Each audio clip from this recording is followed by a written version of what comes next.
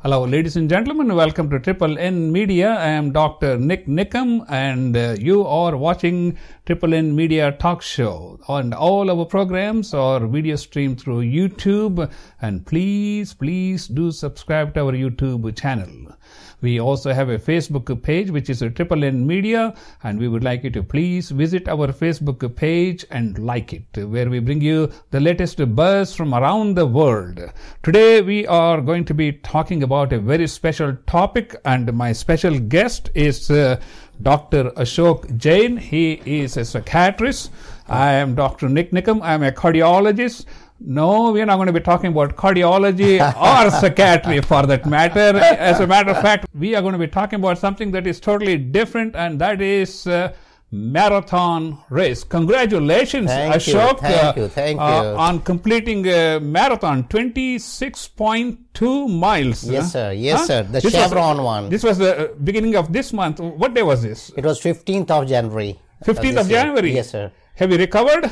Oh, yes. Finally, and I wanted to run half marathon tomorrow, but I'm volunteering in that tomorrow. That's fascinating. So, ladies and gentlemen, we got a fantastic topic, and we are going to be talking about marathon, how to prepare for marathon, what to expect, and how you will be feeling at the finish line. We're going to get it right from the doctor who has completed 26.2 miles continuous running. The marathon, I guess that's the ultimate zen for runners. Well, you're right. For runners, that's ultimate. And that's amazing, It's just such a good feeling, and 26.2 miles is awesome feeling. Yeah. Okay, ladies and gentlemen, my special guest is, of course, Dr. Ashok Jain. And tell us a little bit about your practice and give us your contact information, and we'll jump right into marathon. Sure. I am a psychiatrist, and we see all kind of specialties from kids to adults, and in all ages and all age different conditions. And you can find me in Google. My name is ASHOK Jain, Jain, and my phone number is 281-302-6636, and you can say Dr. Jain in Sugarland or Dr. Jain in Houston, and it will pop up there. And please feel free to call us, and we would love to take care of it. And I'm right here in Sugarland. Well, as he said, he's not only a doctor of mind, but he's also a doctor for the heart and soul. Thank you. Oh, okay, let's talk. And I'm sorry to add, we have 5 different locations, clinics. Sure. One is in Sugarland, and there are other 4 locations. Okay, let's start off with. Yes, sir. Is this your first marathon?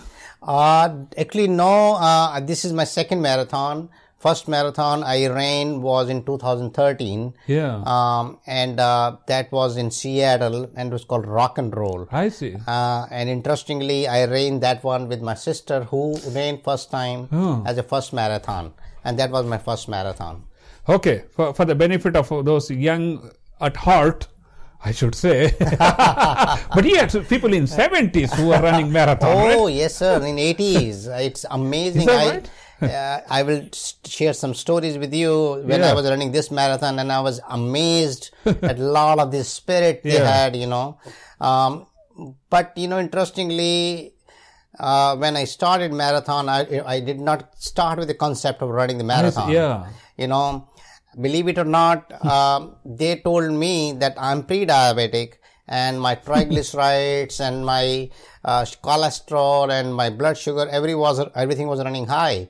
And they told me I have a 50% chance of getting diabetic. And I said, do I need to have that or no? And I did not do any exercise before that ever in my life. So the only natural thing I knew was walking. So I said, let's walk. And I started walking briskly. And then my son Lakshay and my daughter Disha, they encouraged me to start taking up running. And I started training for that, and it went out very smoothly. That's fascinating. Okay, that brings to my next question. How does now we are talking about the young at heart? Yes, sir. Who is watching this? Sir. And I'm sure they must be inspired by your tenacity in completing a marathon. Okay, let's talk about how do you prepare for a marathon, and how long does it take? Let's say I never run like you said, yes, sir. And if I want to get into the starting point at marathon race, yes, sir. How long? What are we talking about? Walk us through this. That's a very initially it is very intimidating to think about that somebody is running marathon and you feel like that person is made of different caste.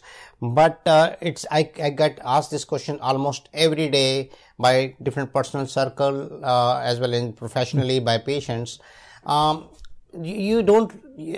Frankly, I never began with the idea of running. Yeah. I could barely run for 3 minutes and I used to be completely breathless. And now I can run for hours without any problem. So the idea is not to run for marathon to begin with, because then you will never start and go ahead.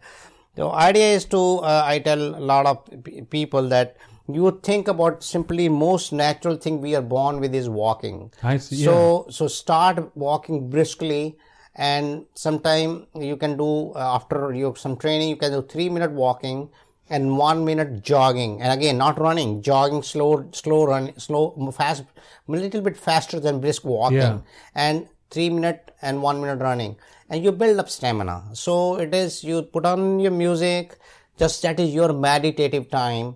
You enjoy that. That's the most important thing. Don't take it as if it's a drudgery, or it's enjoyed as a activity, and that's you are with yourself.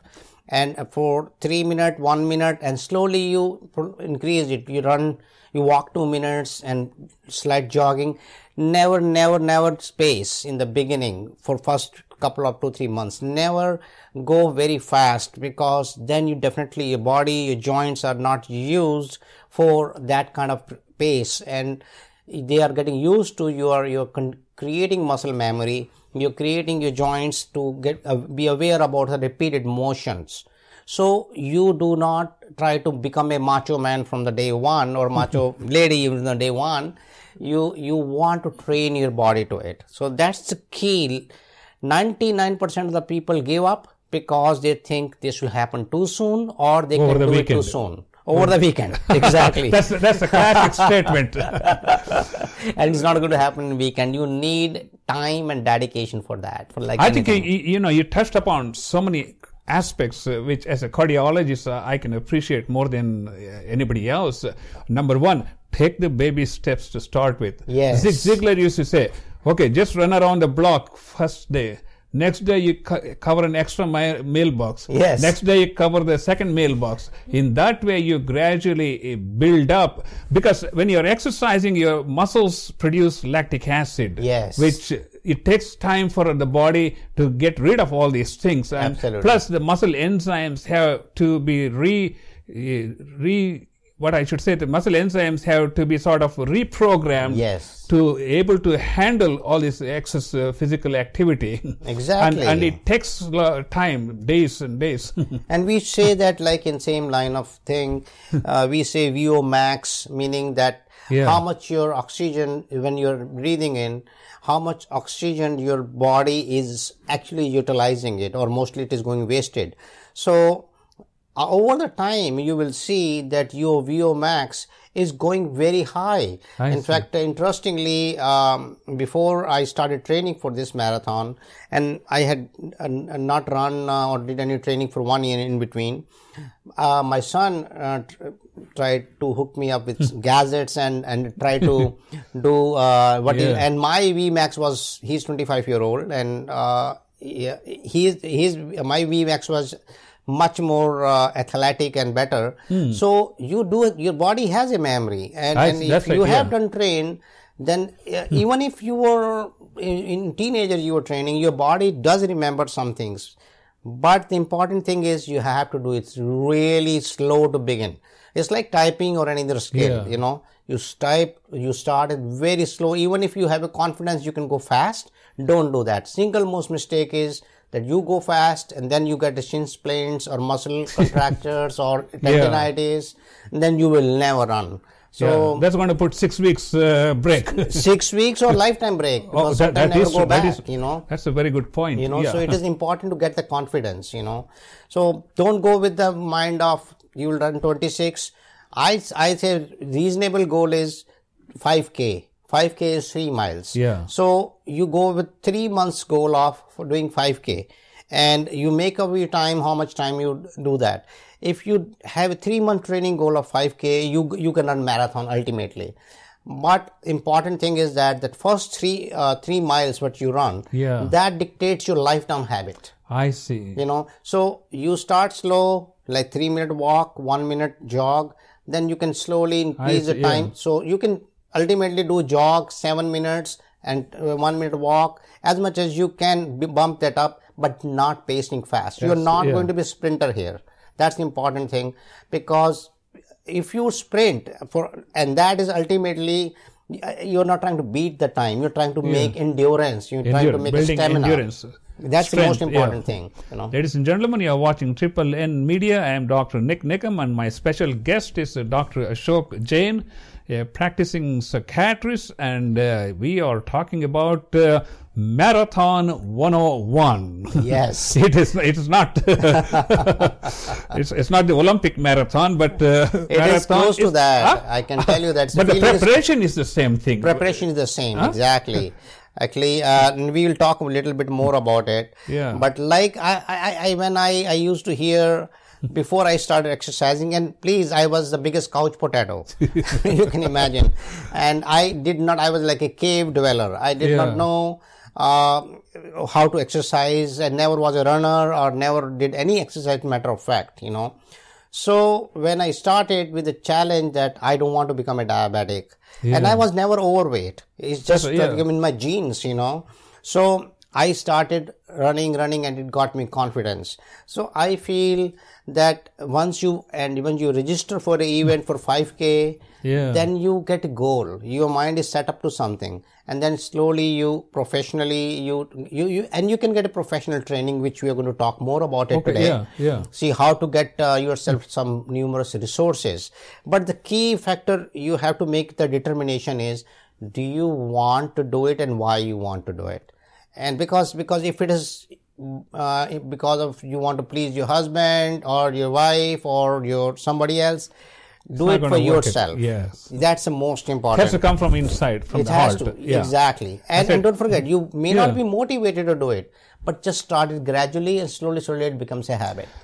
You're right, because you see, when we start driving on the freeway, we're not going to see our destination. Yes, because we've got to drive hundreds of miles to get to that destination. Yes. And we have to have patience and just go 1 mile at a time, because there's no other way. And you feel so awesome. I can tell you one thing.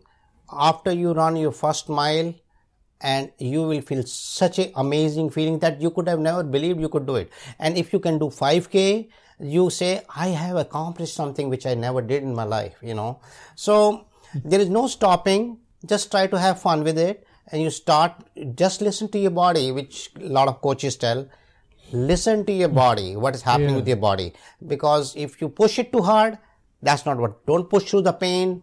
Just listen to your body. I think you made some very excellent points. That is, first start walking from one mailbox to the next, and the next, and the next. Yes. Then you get into a 5K walking to start with. Yes. Then you go for 5K jogging. Yes. So there are like milestones where people can slowly build up stamina and endurance. Absolutely. So what is after 5K jogging? What's the next competition? The way I did was like I said, I could not run from one pole to other pole. I was like in Memorial Park on the University Boulevard. I used to go and count the pole. Okay, can I do 2 poles or not? Yeah. And I could not. I used to say, okay, I'll walk after one pole and do the other pole. So, then it went to one fire hydrant to the other fire hydrant. I'll run and then I'll walk to 2 poles. So I kept on building up stamina, and it's important you hydrate yourself, and we'll talk about that later. Then once my son booked me up for 5K in Austin. He was in UT Austin that time in 2012 or 13, I think. Then I had a goal that I have to do 5K, and I wanted to do in my whatever time I could do. And I was shocked myself, because that time, that 5K I did in 27 minutes, which is still my personal best till that's very today, good, you know. And because I wanted to prove something that I could do it, and this is after a couple of months of training only. So after 5K, I got more enthused, and then I signed for 10K. And 5K is 3 miles, and 10K is 6 miles. 6 miles, yeah. And after that, I signed for half marathon, which looks like a big thing, which is 13.2 miles, you know. So I was thinking whether I can do it or not. And my friends and all the other people told me, it's not a big deal. If you can't do it, just walk it off, you know, just start walking. And you finish it off. Don't worry about it. But I always ended up finishing it to my satisfaction and not hurting myself, because my key goal was not to hurt myself. So you got pretty good milestones. Yes. 5K, 10K, which is quarter marathon. Yes. Then half marathon, and then go for the big one. Big one, yes. Okay, and then there is talk 30K also, 25K, 30K, and we can talk about that, what are the resources you can do. But important thing is that you enjoy each milestone you do. First mile, third mile, 5K and everything. Yeah. Ladies and gentlemen, you are watching a Triple N talk show. I am Dr. NIK NIKAM, and my special guest is Dr. Ashok Jain, a psychiatrist practicing here in Sugar Land, Texas, and we are talking about Marathon 101. Okay, tell us, how long did it take you from the first day to completing half marathon? Okay, so this is very interesting, because I started training. My son booked me up for March of 2013 for 5K, and I started. I'm sorry, I take it back. For January of 2013 for 5K, and I started training for that 2 months before that. You know, so in November, I came to know, and again, that is the time I came to know that I have some health issues. Yeah. So I started walking and training and building up to that level. So I was happy. Within a couple of months, I came to the level that I could finish 5K. After I did 5K, I said, why not to go for 10K? Yeah. So then we had another month after 10K.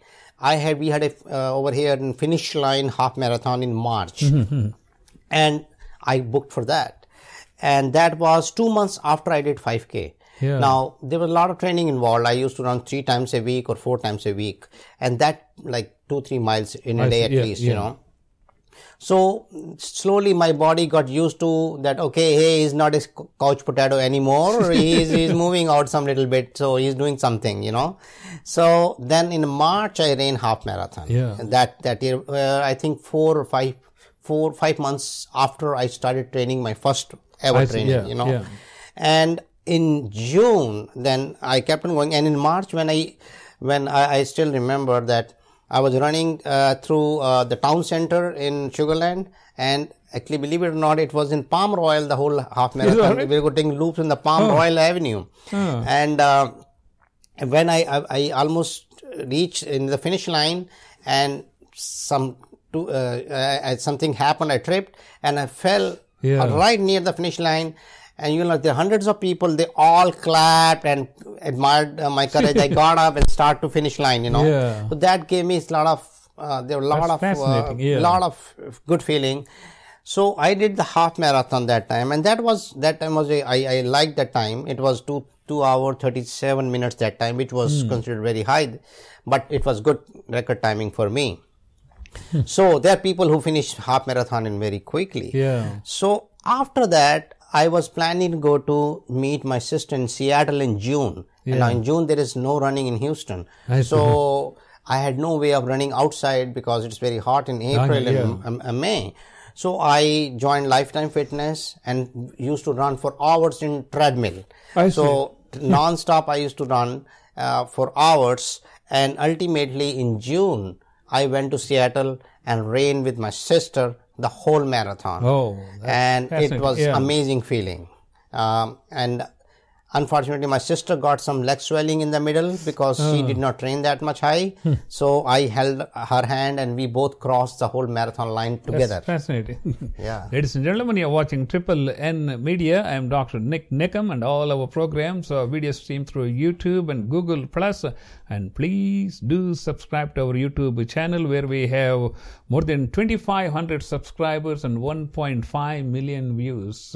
Wow. So we are really excited about our program, bringing you very interesting topics that is of interest to you. And we would also like you to visit our Facebook page, which is Triple N Media, and like it, where we bring you the latest buzz from around the world. Okay, let's talk about training. Everybody says, okay, I want to start running marathon, I want to get the best trainer, and I want to get the best gear.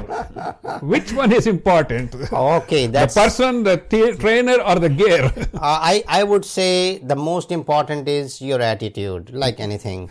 Most important is your attitude. Looks like a psychiatrist. I truly believe for this endeavor is endurance and your willingness to stay through this, because it's so boring for some people. I know. You go for a long time, So during and one of the worst problem what we all face is when we start something, because we are achievers, we want to finish it to the heights very quickly. This is not a thing you can achieve in over a weekend, like you said. Yeah. You want to build yourself up to that, because this is for your lifetime change. My first run was exactly 4 years back, 5K in 2013, and that June I ran a marathon with my sister. Now, my whole goal was not to make a personal record, and I finished that marathon in 7 hours. My sister, my timing was exactly the same, 7 hours, 1 minute and 23 seconds, because we were holding hand together, and the time limit was over, and they were removing all the blockades. We were running. They thought everybody left town. Everybody left town, and you're working, the cars are going with you, and you're still running, or walking rather. But it gives us such a great feeling. So it's important that, first of all, and I did not have anything except the nice shoes. So coming back to the gadgets, first of all, your gadget is your motivation. That's the most key, and that should start and end with for your whole training period. The second thing, which I think most important than any other thing, is your shoes. It's very, very important that you pick up right shoes. I cannot emphasize how important it is. The right shoe can make or break your whole training. So is there a difference between a $500 shoes and a $50 shoes? Actually, believe it or not, I bought a lot of costly shoes, and I ran this marathon in $29 shoe. Is that right? And that was the best shoe for me. I bought 3 shoes of more than $180, and they are just lying on my shelf. So I suggest... See, I'm glad maybe we need to emphasize that, because as I said, the most important thing is, of course, the motivation and determination. Right. Endurance in the brain has to come first before your endurance can come in the muscles. And you don't need much money to you don't need really... I'd say the shoe is the best investment you can do if you can. But here is what I advise all new walker or runners, or any exercise one. Like, go to some professional shoe shop. You can go to, there's a store called Texas Running Company that is next to Whole Foods, and better than that is Finish Line in Sugar Land only. And what these stores, Texas Running Company and Finish Line, they record you. They make you run on a treadmill, and they record your gait and show it to you. They make an analysis. What is your gait like? Are you pronator? Are you supinator? Are you hitting the heel first, or you are hitting the toes first? Are you hitting outside sole? Are you hitting midsole? They'll look at that, because the way you put your foot on the floor determines the whole leg, like whether your calf muscles will be affected more, or your hands, or your LT band. What muscles will be impacted the most during the long run? That's fascinating. And then, according to that, believe it or not, the science is so accurate that they tell you, okay, these are the 10 kinds of shoes you can buy. Now, you can buy, most of the time, you really don't need to buy the top of the because suppose it's Saucony this thing and a Saucony Model 10. Yeah. The only difference between Model 8 and 10 is the fabric on the top. The basic sole is the same. So you really don't need to spend $180. If you can buy Saucony 8, the fabric is only different. Yeah. The sole is the main thing you are buying the shoe for. So let them analyze you and suggest you what are the models, and you can go to little older model and it will do the same thing. So shoe purchase is a very, very critical impact, and you need to then try it. If your shoe is giving you every shoe will give you a hard time in the beginning, because your body, you need to break the shoes, like we say, and after after a little bit, you will know what area of your leg is comfortable or not, and then you see whether there's a right fit or not. It's a very, very critical component for the initial training sessions. Then I do emphasize it's a very, very good habit to buy some good headphones, wireless headphones, which are rainproof, because believe it or not, you will sometime you will run. Just the sweating can affect this. Yes, exactly. So the waterproof, you can buy very good ones in $60 or $70 from Costco or from other places. You can buy even cheaper. So that wireless headphones are very, very important. Of course, you will, if you are saying wireless headphone, you need to have a good music system with you. So whatever in your playlist is there, I have made exercise 1 playlist, exercise 2 playlist, so that I just put it on. And there is a radio also, so you can put any radio you want. Bollywood, there is a radio Bollywood, and you have a different variety, So the variety, you give it to yourself to keep you motivated. That's very, very important, So that's the beginning. Good shoes and socks too. Sorry, you have to have a good fabric socks, and it is better to have a dry fit t-shirt. So there are different never run in a cotton t-shirt or cotton shorts. Have a dry fit, which dry fit means that when you perspire, it evaporates and it keeps your body cool. So that's very, very important. Itself doesn't become wet, so it just let the water evaporate. Yes, so it doesn't become soggy. When you wear a cotton, the whole thing becomes wet within a few minutes. Yes, and then you feel hot, and your body needs to radiate. Your heat has to be lowered. So that affects your endurance and stamina. You see, so it is important that your right size of the t-shirt is there. Don't wear too loose t-shirt, because then it will not absorb your sweat. So that a good you can buy very reasonable dry fit clothes from Academy, or even better in Ross. That's a very, very affordable, very good high quality fits. In activewear you can buy those. Is that like a wire mesh kind of shirts, or is that like a wire mesh, something like that? Yes, it is. It's a spandex. It's called spandex, and it comes with a special material which it absorbs your sweat very well and then immediately evaporates. I see. And it clings to you. It is a very good fits to your body too. So you don't feel hot inside. Yes. That's the most important thing. Otherwise, you'll be like a furnace. After 4 hours you will of have running. lactic acid build up so quickly in your body, and you will not be able to run longer. So these are the gadgets we need to have, basic gadgets we need to have. And, of course, if you can have some water bottle, because I think the single most mistakes a lot of people do in the beginning is they don't hydrate enough. And if you don't hydrate, the number one thing happens, cramping. That is true. So you need to hydrate during the run, not only before the run, but during, because before the run, if you do waterlog yourself too much, then you have to go to restroom. You can't even run for 1 hour or half an hour, So during the run, you should have either belt for water bottle or something, and that way hydrate yourself with Gatorade or something. So these are the basic few things, and you can go forever like that, not adding anything more, Ladies and gentlemen, you are watching Triple N Media Talk Show. I am Dr. NIK NIKAM, and my special guest is Dr. Ashok Jain, and he's a psychiatrist who practices here in Sugarland area, and we are talking about Marathon 101. He just completed Chevron. Is that Chevron Marathon? Yeah, 2017. That's we're going to suggest everyone to run either half or full Chevron marathon. We're going to come to that, and please do subscribe to our Facebook page, which is Triple N Media, where we bring you the latest buzz from around the world. Okay, now let's talk about the marathon day. Yes, sir. So, how do you prepare before you get to the starting line? You're already getting me jitters. Every marathon, there's hardly any marathoner who doesn't get psyched up when they are running for a marathon, even if they have trained very hard. So, you got too much adrenaline running even before you run. It's unbelievable feeling, even if you run so much, Well, what I did this time was different than last time. Last time I was not doing too scientifically. I was just self-training, self-motivation. And frankly, that was much harder on me. This time I joined a club, and I would suggest that very highly to a lot of people. That's another Any important running point. Club you can in area, you are in KT or in Ford Band.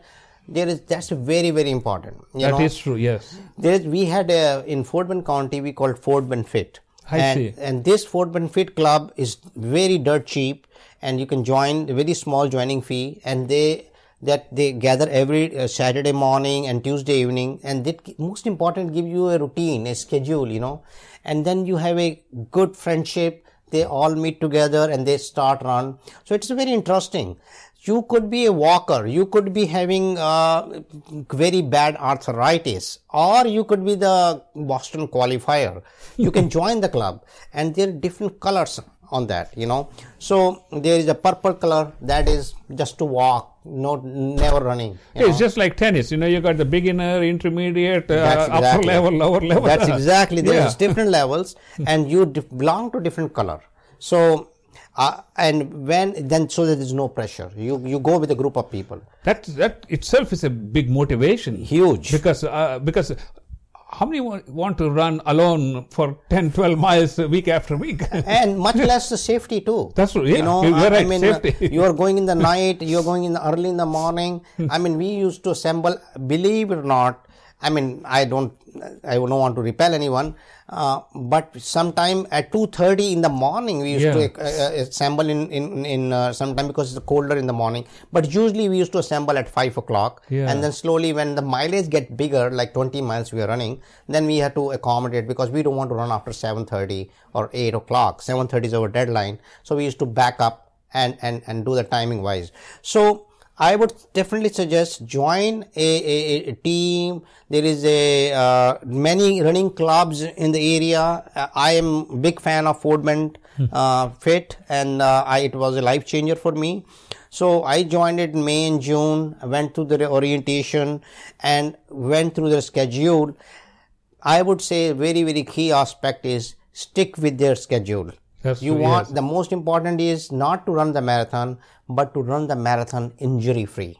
That's important. Yeah, that's very important. We started May and June, because you don't want to run only one marathon. You want to do it lifetime. What good it is if you have a stress fracture. That's the thing. If you got a sprain or something, your marathon is gone. Yes, and then you will be not running because you're so scared of it. That's right. So I joined in May and June, and we started running early in the morning, slowly training. First we used to do 5 miles, then 6 miles, then increasing 7, 8, then 12 miles, and slowly as November came, we ran up till 18 to 19 miles.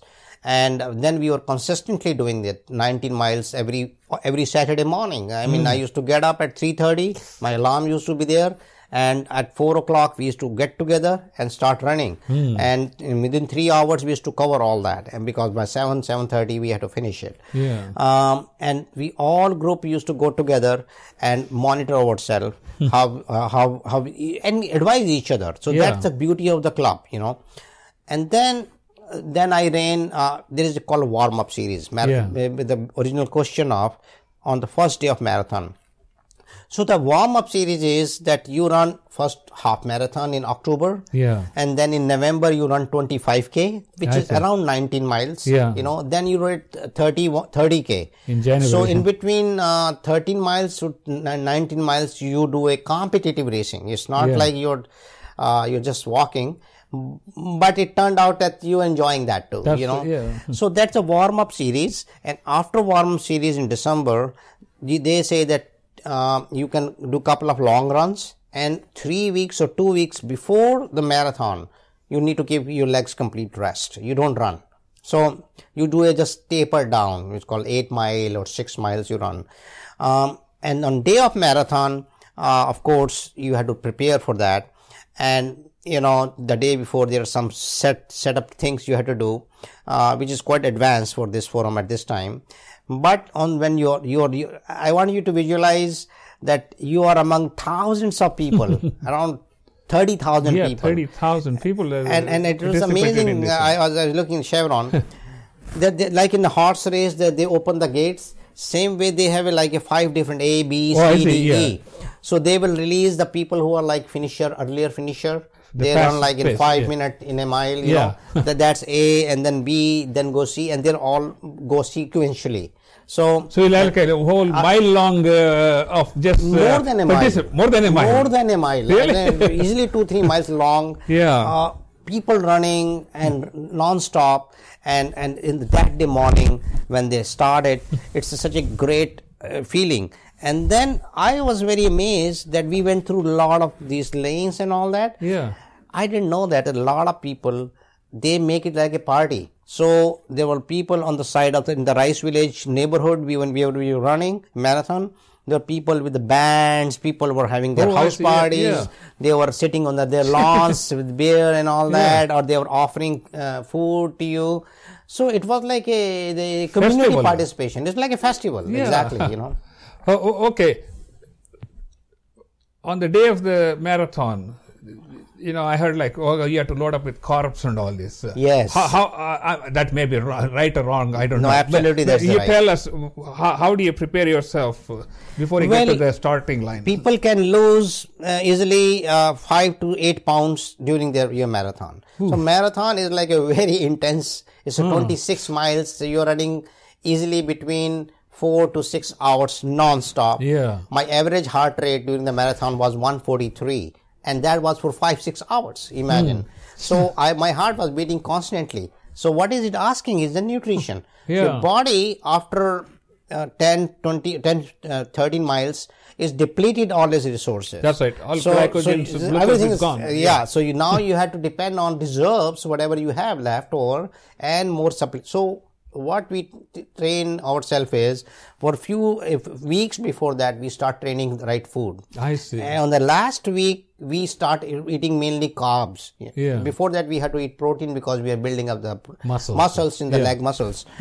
And last 3 days I recommended don't eat any heavy at all, any fried food or any heavy protein or fatty food, mainly the carbs, because your body need to have enough package of carbs. And on the day of marathon you eat very light on that morning, but carry with you the food.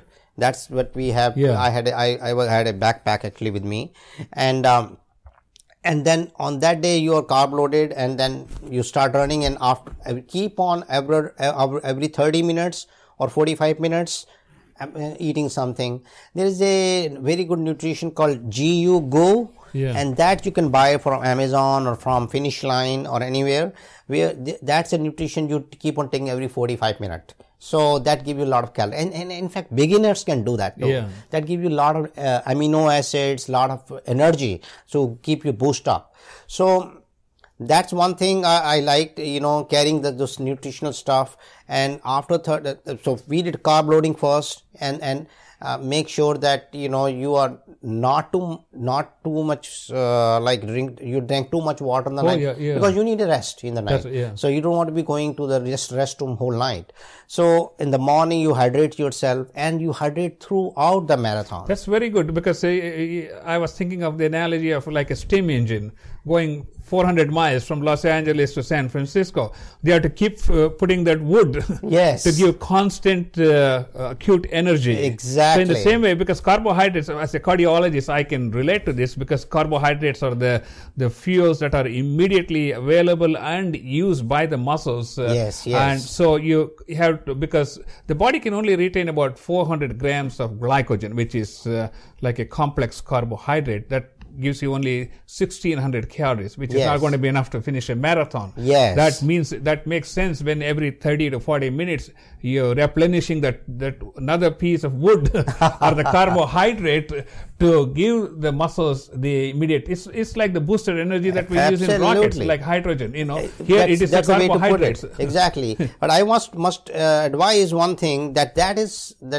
giving a lot of nutrition and all supply constantly is till after 13 miles. Yeah. So I advise all the new beginners or middle runners, do not over replenish it, because then you're beating the whole running purpose. Your body need to be geared up. So don't eat much carbs when you are not running too long races. You take carb loading and all that when you're running long races, because you want to eat compound sugar or protein or something like that, which your body takes time to digest. So that when you are running 3 mile or 5 mile, you drink yourself. You can take Gatorade or sugar-free Gatorade or anything if you want to keep your weight down. The whole idea is that you are giving your body a workout, but not eating extra. I see. So you, as much as calories you burn, at least don't eat more than that. But that's true. Yeah, you need energy, enough calories, but not too much. Because then you will get fat and you will be running, and then you won't like it. That's fascinating. Okay, now you're running. Like when I got on the plane yesterday, it was a 2-hour flight. I'm sitting there, said, okay, 5 minutes finished, 6 minutes finished. I still have 1 hour 54 minutes to go. I mean, that's me. So how were you feeling when you started off? I said, oh man, I got 26.2 miles. Now I'm finishing up, like half a mile, 1 mile, 2 miles. How does the brain work in a marathon runner? That's why it is very important to see when you're running. It's when you're running in a group. It is such an amazing feeling. You're absolutely right. That's why most people, and I do advise people to run at least 3 half marathon before you even think about running a marathon, because you don't want to overcommit yourself. I did it not scientifically first time, but what happens, you start running and you don't think about, okay, 26 miles, you go with that and you say, okay, I'm going to have fun, whatever I'm going to do. And then you have a timing, you have a different, like you can have your Polar watch or Garmin watch to time you how much you're running, and you want to keep, and my son was very good at that he keeps a watch and within a certain heart rate. So everybody, and I didn't know that actually, but he looked into it. It's called, everybody has a different lactose threshold. I did not realize that. And that lactose threshold is determined by how much your average heart rate is. I see. So I will advise, if you can afford it, get a lactose threshold. Memorial Hermann Hospital can do that. Or you can buy a kit and you can do it very cheap at your home. So lactose threshold means that you keep your heart rate in middle of some range. So like my heart rate, basic heart rate was very low in the beginning, and I used to aim for 120 to 150, which was high end for me. So his heart rate threshold is 140 to 170. He's a younger person. And also his heart rate bumps up very faster. While my heart rate is slower baseline. My basic heart rate is around 48. So I am very low in the heart rate. So you can keep that as a parameter, that you don't overdo yourself, or you can do a pacing, that where you're not running too fast and all that, and you keep an eye on your goal, like you are going to do 5 mile, you are going to do 10 mile. You keep your mind into that and put the music on, and you will be running with other people, and believe me, it is far easier than you can imagine. Ladies and gentlemen, you are watching Triple N Talk Show. I am Dr. NIK NIKAM, and my special guest is Dr. ASHOK Jain, who is a psychiatrist, and we are talking about neither cardiology nor psychiatry. We are talking about Marathon 101. Okay, now there you are. 25th mile. Yes. Tell me what's going on. Well, Here. I'll step back a little bit. Yeah. I was more worried because my son had already signed me up for me, our whole family, for MS 150. I see. So my top goal was that in April, in 3 months after marathon, I'm running biking, which I don't know B of biking. Yeah. And I'd never biked in my life except running in childhood. So he signed me up for 150-mile bike, which we go from Houston to Austin. Yes. So my top goal was not to injure myself and finish it successfully. So I had some sports injury, and that's part of the game. You will have some sport injuries. So interestingly, what I had was 2 months before this marathon, I fell and have a deep concussion, and I had 8 stitches on my head. Ooh. And within a week, I was still running because you were so addicted to the running. I know. So what happens is that after my whole goal was to finish the marathon, not make any personal record or anything. But so I began slow. So my first half marathon timing, my first 13 miles, was slower than my last 13 miles. I see. Oh. So my last 13, from 13 miles to 20th mile, I was so feeling good. I sprinted. Yeah. So I was going with a very good speed.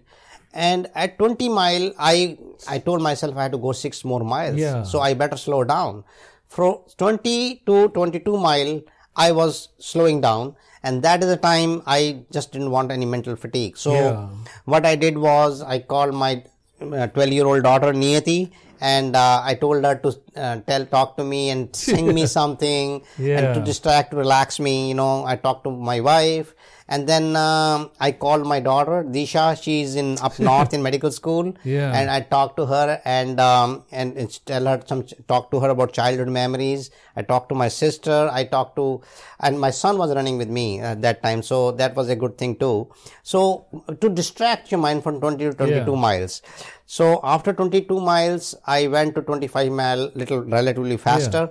But at 25 mile, believe it or not, when you see each pore of your body is asking to rest, is that right? You want to give up. I thought you were so adrenaline driven, nothing is going to hurt. And I was surprised at me. I said, I was hoping I was expecting, not hoping, that I will have some cramps coming up, and people were limping around you and I was not feeling, partly because I ran first 13 miles a little slower. I see. So 25 mile, my mental fatigue was setting up, not the physical fatigue. So when I went to 26 mile, 26.2 miles, I got multiple calls right before that. And unknown to me, my whole family showed up, which I was not expecting, and they surprised me.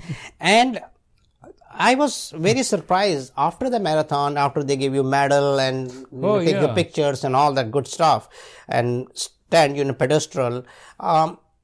I was thinking, it's completely, I was so fresh. I honestly, I thought that if they ask me after 5-10 minutes rest, they ask me to go run another 10 miles, I can run it. Yeah, that's what I was going to ask. When it's finished, you feel so accelerated and accomplished. It's okay, did it already finish? Yes. This is it? It is like a high, and it's unbelievable high. It's unbelievable feeling you get, and it never changes. That's what I heard from a lot of marathoners. I mean, I met a person who ran like 80 marathons. I met people, 92-year-old who running marathon. And I started very late starter, I heard, who started running marathon at the age of 72. And we had 12-year-old kids running over there too. Ooh. So the feeling it gives you is unparalleled. Until you experience it, you can't explain it. This is a unique one. Ladies and gentlemen, you have been watching Triple N Talk Show. I am Dr. NIK NIKAM, and my special guest is Dr. Ashok Jain, a psychiatrist. And thank you very much for watching this marathon presentation on Marathon 101. Ashok, it's been a pleasure talking to you. Thank you very much. Ladies and gentlemen, please do subscribe to our YouTube channel, and we also have a Facebook page which is Triple N Media, and we would like you to please visit our Facebook page and like it, where we bring you the latest buzz from around the world. And you can do it. I want to end up with that. You can do it. Thank you so much for watching. Thank you.